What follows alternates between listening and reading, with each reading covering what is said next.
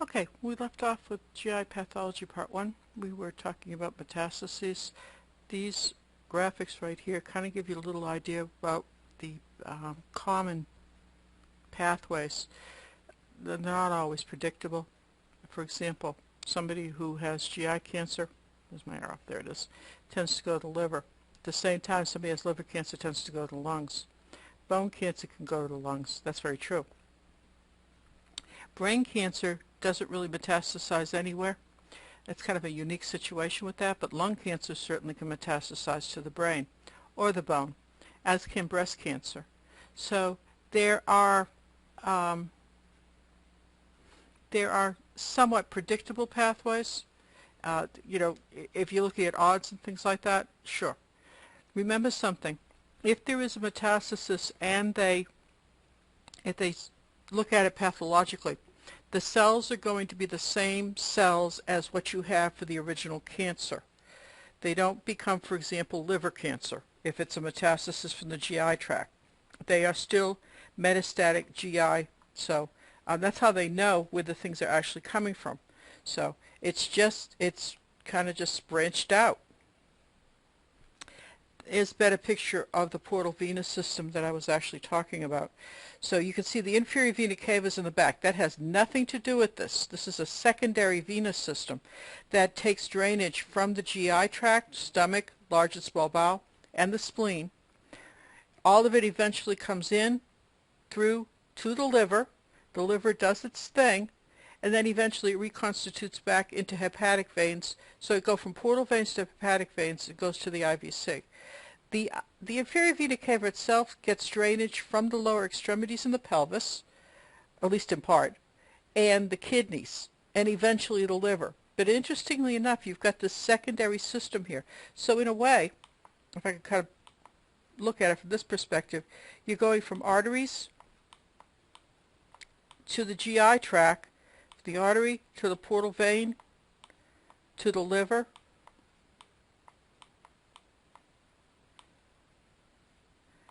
from the liver into the IVC. And of course, so from there it's going to go to the heart. So that's kind of the pathway. Now, under normal circumstances where you learn things, it was artery, okay, capillaries, veins, right? So there's kind of this little extra system in here. Now, I haven't put in all the capillaries and things like that, but this is sort of extra in there. All right, kind of a little more detail when we were talking about these pathways. And again, kind of for the most part, really what I'm thinking about in a lot of respects, I really need to move my, okay, really is GI tract for the most part. But here's where you can kind of see, it's almost like in a sense if you were looking at a polyp, it's growing outward. And the problem gets to be is if it gets past that superficial surface and goes deep in, then it's liable to be picked up by the vascular system. And so these cells just simply move to somewhere else where they end up staying and seeding, like the lungs, for example, and then they start growing. Now, they will grow, because they are the same cells as the original cancer cell, they will grow at the same rate as the original cancer cell. If you have multiple seedings, then all of these different tumors, let's say, for example, if you have 10 seedings in the lungs, all of them are going to grow at the same rate, which means when you actually see them radiographically, they're all going to be about the same size. This is a term when we're talking about miliary disease, for example, because they're all about the same size because they grow at the same rate.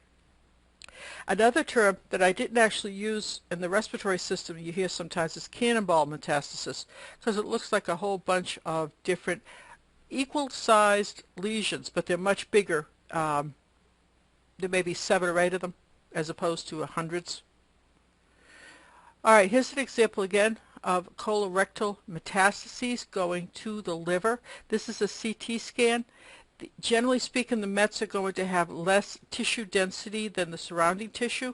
The other thing you have to keep in mind is this is being enhanced. There's iodinated contrast media here in the aorta and here. This is the portal vein, guys, in the porta hepatis. So the liver itself is starting to enhance a little bit, but the Mets are not. Normal Hounsfield units, don't worry, someday you're going to learn this, for the liver is 80 for the liver. Now you start adding contrast media in there, of course it's going to go up. If this was not visible before, this might still be 80, whereas over in here in the normal tissue, this might be closer to being 100. That's why you're seeing the difference. All right, other types of diseases are hepatitis. So this is a general inflammation. There's a lot of different ones of these here.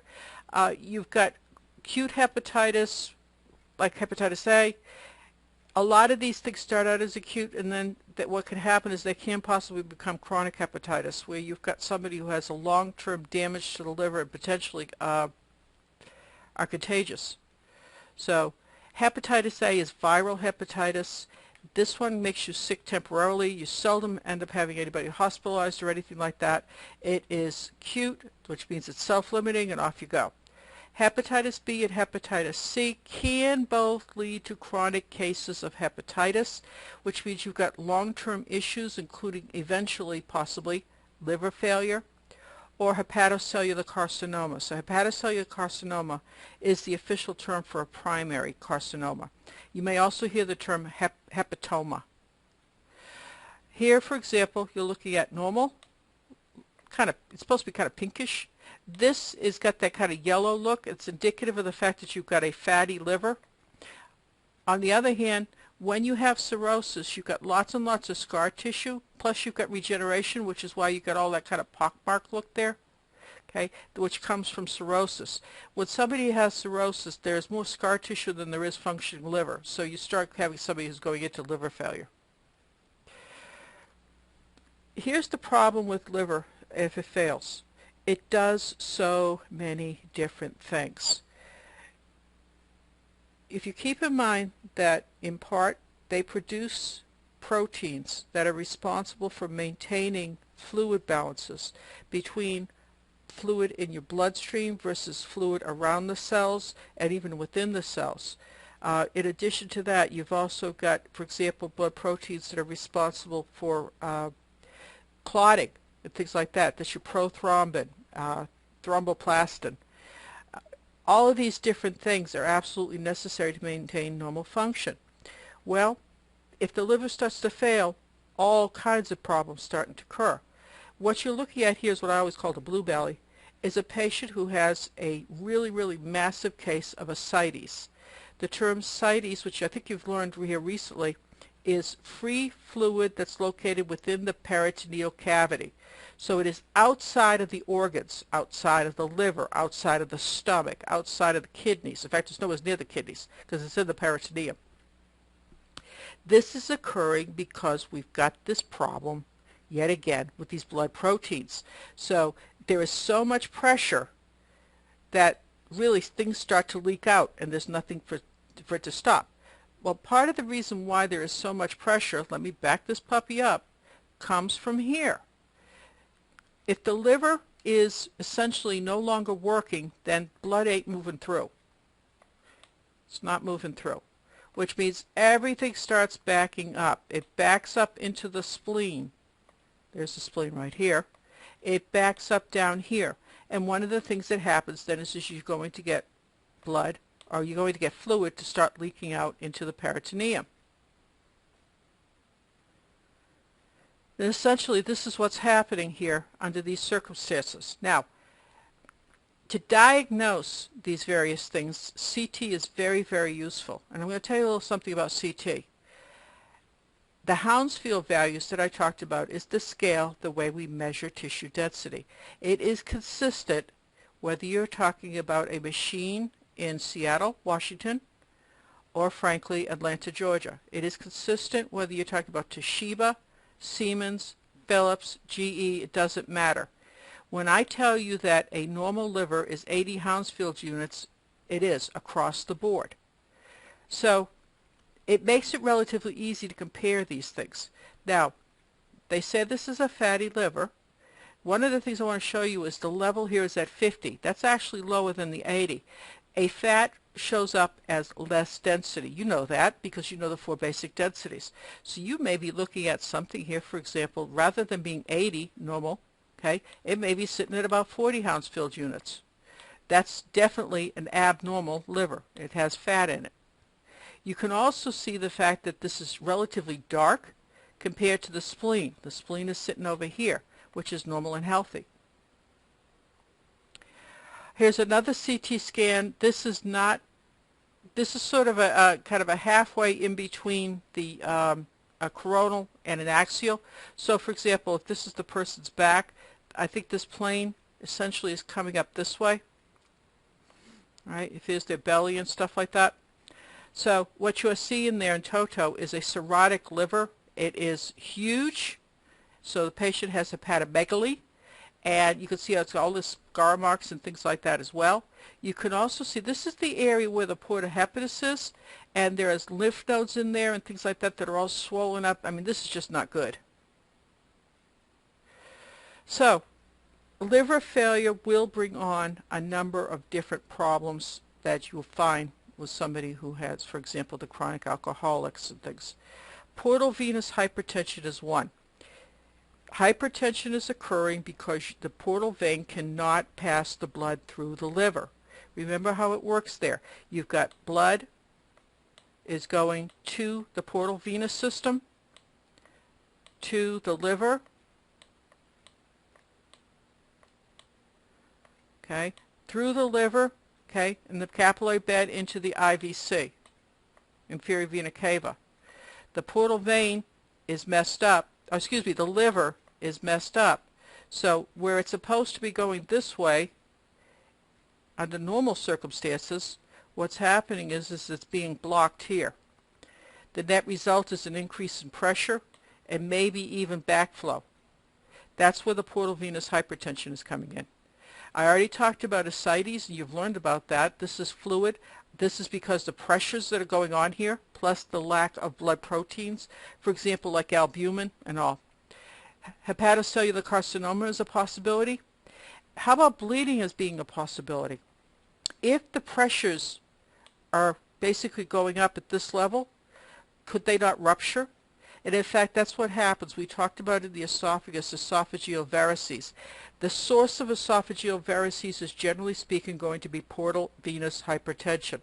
These veins in the esophagus swell up because of the pressure and eventually rupture. Then the patient has an upper GI bleed, and it's potentially life-threatening because the liver does not produce the proper proteins for clotting because it's in failure. There's nothing to stop the bleeding. Okay? Now, other things that could happen. Malabsorption. One of the things the liver does is produce bile. Bile is necessary for the breakdown of fats. As a consequence, you don't have bile. If you eat fatty foods, it goes through your system and it never really breaks down. So you end up with a lack of fat in your diet system and all that stuff. In addition, you're also producing fatty stool, which is usually kind of yellow and foul. I think the term is stearohh, S-T-E-A-R-O-H-H, or something like that, rhea. Finally, because the liver produces all of those enzymes that help to break down all of those different chemicals, the Tylenols. Gosh, you know, I take blood pressure pills every day. It breaks those down. It breaks down alcohol. Because they're not breaking it down, all of that unfiltered blood is going to the brain, and you develop hepatic encephalopathy.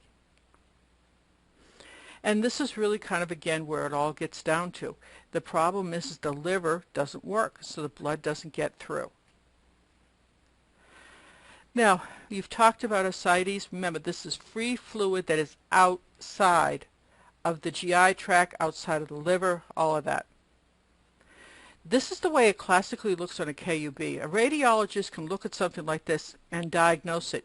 You don't see any calcifications or any of that stuff, but what you do see is that all of the bowel, the small bowel and everything, is being pushed towards midline. Notice we don't see anything. That's because the fluid is settling out on the sides and pushing it medially.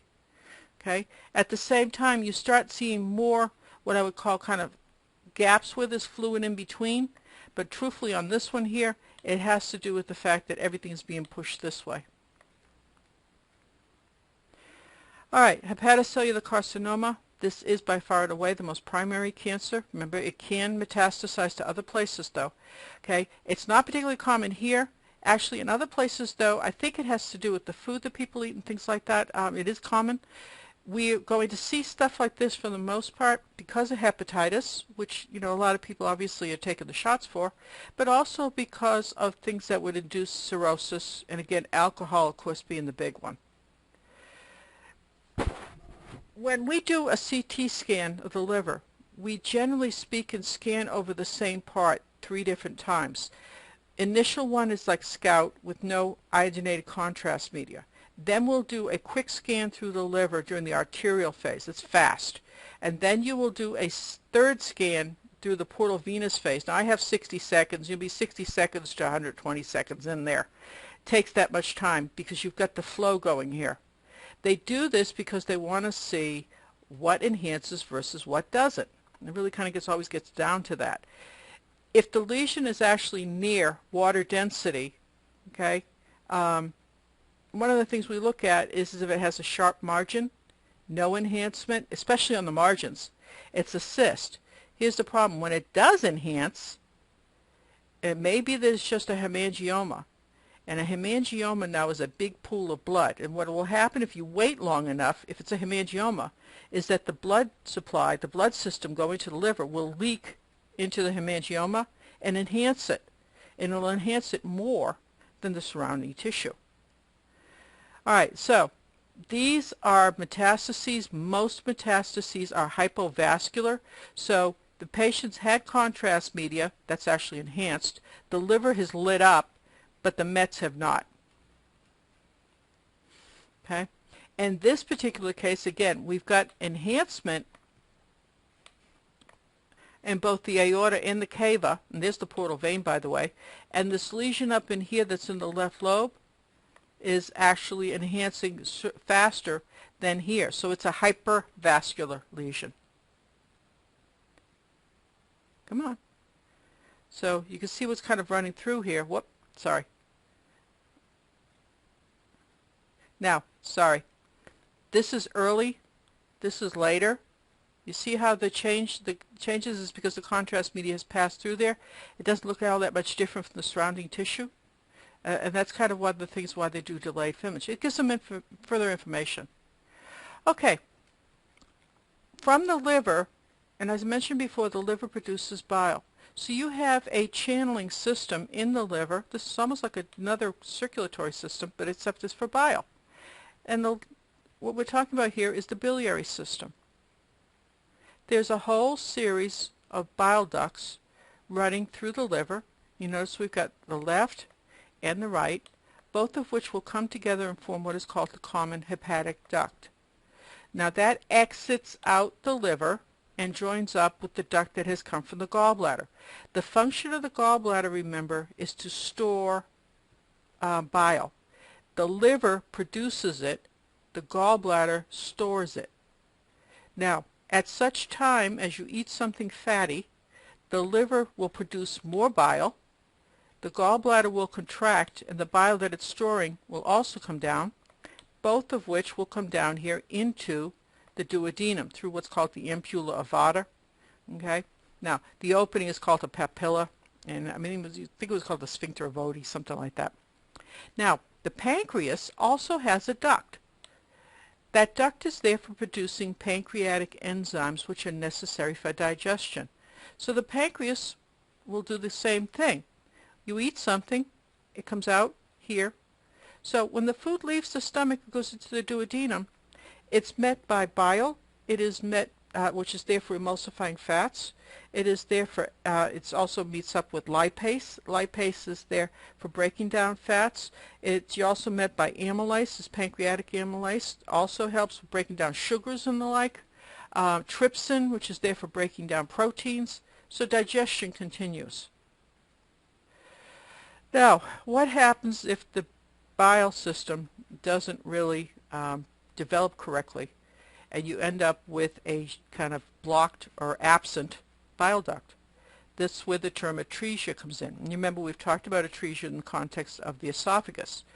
Biliary atresia then is looking at the ability of the liver, as it's producing bile, to excrete it. And as you can see here, it ain't happening. Now, let me see. If you look at it from this perspective, though, they're calling this anterior, but I mean, it's pretty obvious. This is the right side, and this is the left side. There's a heavy concentration of whatever radionuclide that is that they're using here. This is sagittal, so you can see our lateral if you'd like, this being anterior again. And you can see how we've got obliques going and the like. But it never, the radionuclide never leaves, because by rights it's supposed to go down through the biliary system and go into the duodenum. So there should be stuff spilling out, and it's not. That's indicative of the fact that there is no biliary duct there. The patient has biliary atresia. This is a congenital defect. Okay, now, diseases related to the gallbladder consist, the most common one is going to be cholecystitis. Cholecystitis simply means you've got an inflamed gallbladder. It's characterized by the gallbladder wall being edematous or swollen. You also can kind of have, with cholecystitis or not, cholelithiasis, which means you have gallstones. Lith means stones. So this is a state of having stones in the gallbladder. What they have done here is they've injected contrast media. There's a small tube right here and you can see this gallbladder is partially enhanced and partially displaced because there's a whole boatload of gallstones in here that is keeping the the contrast media from filling up. At the same time, what you are looking at there is the hepatic duct, and what you're looking at down here is the common bile duct. They do procedures to try to image the biliary system. You may see things, for example, like ERCPs, which is an endoscopic retrograde cholangiopancreatogram. That's an example of these here. MRI also can do an MRCP, which is a magnetic resonance cholangiopancreatogram. Obviously, they're done by different ways. An ERCP requires that an endoscope be done, so you have to pass a large tube down. And what you'll do is you send a catheter through, look for that little opening there that I was talking about where the ampulla is, and then you pass a catheter through that. Now, once the catheter has been actually inserted in here, you can start injecting dye through the catheter. So it's being injected retrograde, endoscopic retrograde cholangiopancreatogram. And that's exactly what's happening here. In addition to seeing here, there's the common bile duct as I was talking about right there. You also can see a slightly filling gallbladder. It's not, you can see gallstones right there, cholelithiasis. And there is the cystic duct. See how it's kind of curlicued? Hepatic duct is right there. So I'm going to put an H here and C for cystic, and I'll put common bile duct, okay, right here. Oh, yeah, one more thing. Here's the pancreatic duct that I was talking about. Now, on the image that's over here to the right, there are stones here as well, but the stones are in the common bile duct. You can see they're large, they're lucent, they're displacing, okay, areas there inside the common bile duct itself. It almost looks like there's something of a blockage going on there as well. May very well be. Now, they can go in there sometimes and remove these things endoscopically, although honestly these things look big, but they're going to have to do a little bit of a surgical procedure to accomplish that. This case, they've done an old-time percutaneous transhepatic. Percutaneous means we're coming in from the outside, transhepatic through the liver. And what we've done is we just started injecting till you started filling up the ducts. These ducts are all really, really swollen. They're not supposed to be like that. And this common bile duct is really, really swollen. It's not supposed to be. And then all of a sudden it is stenosed. The problem is there's a large tumor on here. This is probably a cholangiocarcinoma. And a big reason for that is because there is obviously something growing here. Another possibility is that this patient has a cancer in the head of the pancreas. So if somebody has something like that, in order to prolong life and to improve things, one of the things that they'll do is insert a stent into the common bile duct to keep the liver functioning normally.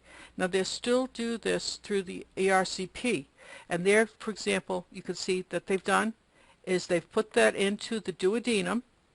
There's the catheter going forward, and what they'll do with the catheter and a guide wire is they will push it across where the obstruction is, if they can, and then maybe perhaps open it up a little bit with a balloon.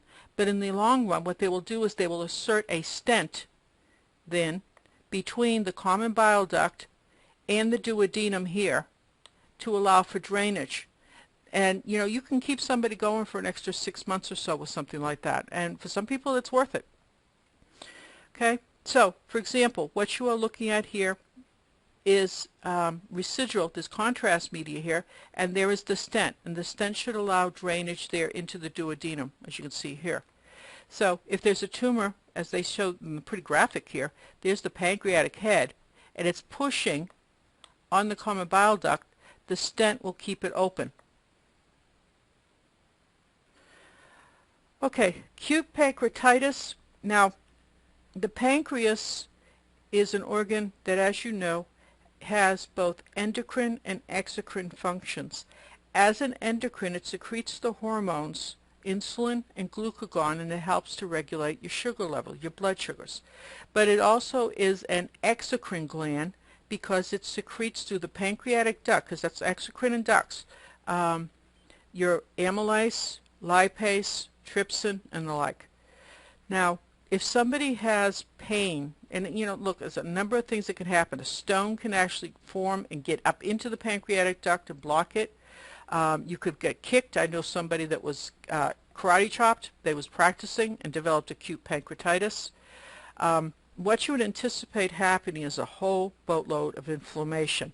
After all, we are talking about an inflammatory process. Frequently, what a radiologist will see is evidence of an ileus in that same adjacent area. So in here, you might see, in this general area, you might actually see loops of small bowel that you shouldn't see. Now, this is a nasogastric tube that's actually in the stomach. The stomach, remember, kind of goes around with the pancreas and all. So, on a CT scan, this being anterior to posterior, you kind of have to take my word for it to a degree. Here's the liver. There's the spleen. This rather miserable mess is a big, swollen pancreas. They're not supposed to look like this. Now, this is actually the duodenum right there. Remember, I told you it goes around it. You've got some of these vessels. This is superior mesenteric vein, and this is superior mesenteric artery. But the pancreas itself is a disaster area here. All right, here's another one that's showing you an example of scarring in the pancreas. Now, the scarring in the pancreas, if it's really, really bad, shows up as calcification. So on this plain radiograph, going directly across from left to right, over here, is a calcified pancreas. That's a classic sign of a chronic pancreatitis.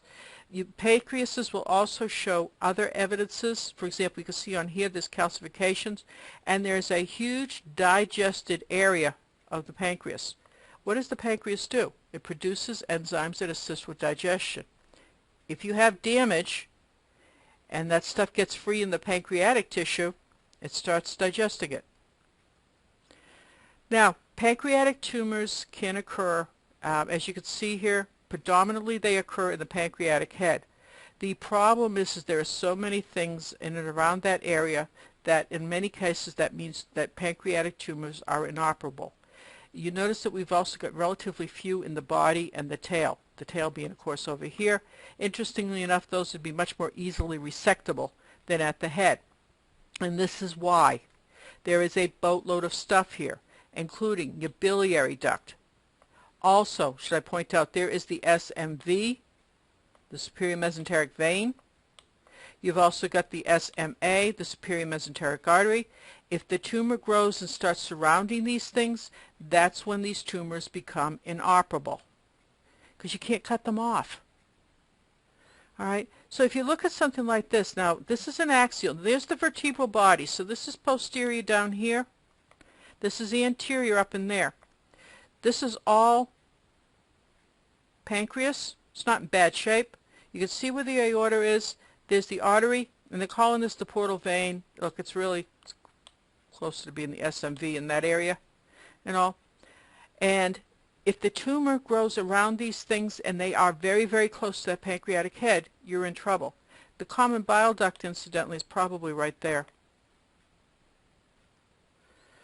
Here's an example. This is a coronal CT, which means this now is superior and to the right. We've identified here is the liver. Here is the inside of the stomach. By the way, our patient also has varices here and here. And there is a large tumor. And the problem is it's pretty well taking out the portal venous system, the SMV, which means, again, this is inoperable. Now, this particular image right here, this is another CT scan. And what they are showing you here, first of all, is the portal venous system. Specifically, there is the splenic vein, because here's the spleen. Remember that blood flow is supposed to be going this way. Here's the superior mesenteric vein coming on up. There is the portal vein going up into the liver. Now, the biliary system is coming, the common bile duct is coming out of the porta hepatis, and bile is going to go this way to the duodenum. Okay? But problem is that stent, there has to be a large tumor in here. Now, it doesn't seem to be doing too much of anything to the venous system, so perhaps this one's a little bit more treatable. Okay, I'm done with that, and I hope you found that a little bit unusual, kind of interesting, and we will kind of pick up with something like the genitourinary system. Oh God, tell me I didn't do that.